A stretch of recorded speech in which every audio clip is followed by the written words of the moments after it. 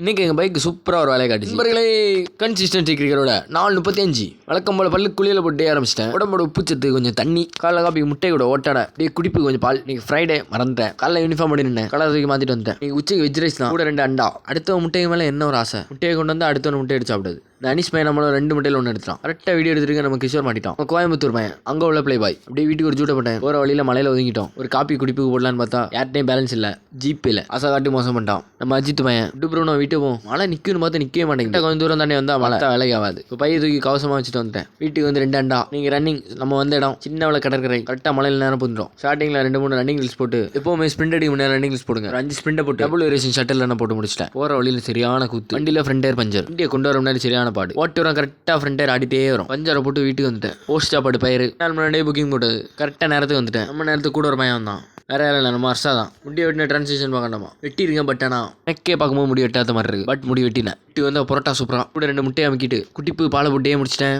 வரட்டா.